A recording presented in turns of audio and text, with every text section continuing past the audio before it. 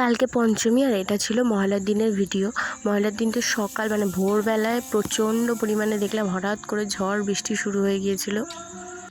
আশেপাশে পুজো প্যান্ডেলের ঠাকুর আসা শুরু হয়ে গেছে আর পুজোর স্পেশাল গানগুলো চালাচ্ছে। কি ভালো লাগছে শুনতে, মনটা ভীষণ খুশি হয়ে যাচ্ছে শুনেই।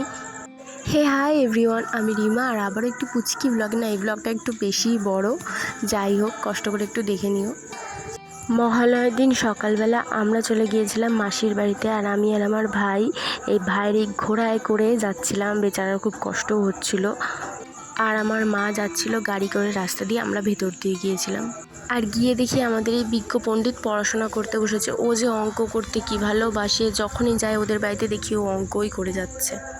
আর এইদিকে আমার ভাই লজ্জা পাচ্ছে, আমি ভিডিও অন করেছিলাম তাই জন্য আমার ভাই লজ্জা পাচ্ছিল। ওর লজ্জা পাওয়া দেখে আমি ভাবলাম আমি আমার নিজের বদনটা একটু দেখিয়ে নিই। আর ক্যামেরাটা আমার দিকে ঘোরানোর পরে ওরা দুজন ভেবে যাচ্ছিলো যে আমি হয়তো ওদেরই ভিডিও করে যাচ্ছি।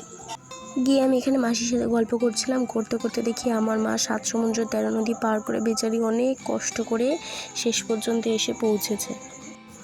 আর সেই দেখে ভাই তো আনন্দে নাচানাচি করতে শুরু করে দিয়েছিল। কতগুলো শুকনো শিউলি ফুল পড়েছিল, আমি সেগুলোর মধ্যে থেকে একটা মাথার মধ্যে দিয়ে একটুখানি ঢং করছিলাম বসে বসে। তারপরে আমার মায়ের হঠাৎ করে ইচ্ছে হয়েছে যে আমাকে একটু মেহেন্দি পরিয়ে দিত, তো সেটাই করছিলাম বসে বসে। খুব ভালোভাবে আমি মেহেন্দি পরাতে পারি না, তাও যেটুকুনি পেরেছি ওইটুকুনি পরিয়ে দিয়েছি। আর মেহেন্দি পরানো দেখে আমার মা একদম চকচক করছিল, না এত আনন্দ পেয়েছে, চকচক করছিল বেচারি। দেখো তো মেহেন্দিটা কেমন লাগছে, মোটামুটি ভালোই লাগছে। খুব ভালো তো আমি পরাতে পারি না। তারপর এখানে গল্প করতে করতে সবাই মিলে আমরা খাওয়া দাওয়া সেরে নিলাম দুপুরের। তারপরে ঘুমিয়ে পড়েছিলাম। ঘুম থেকে উঠে ছাদে গেলাম, ছাদে গিয়ে দেখছি আকাশটা তো মেঘলা করে, সেই যে সকাল থেকে মেঘলা শুরু হচ্ছে সেই থেকে মেঘলাই করে যাচ্ছে, বৃষ্টি হচ্ছে, এই হয়ে যাচ্ছে। কিন্তু একটা মজার জিনিস হয়েছিল, ওই দূরে গাছগুলোতে কতগুলো কাক পাখি সব একসাথে কিচিরমিচির করছিল। এই দিকে সন্ধেবেলা হয়েছে এক কাণ্ড।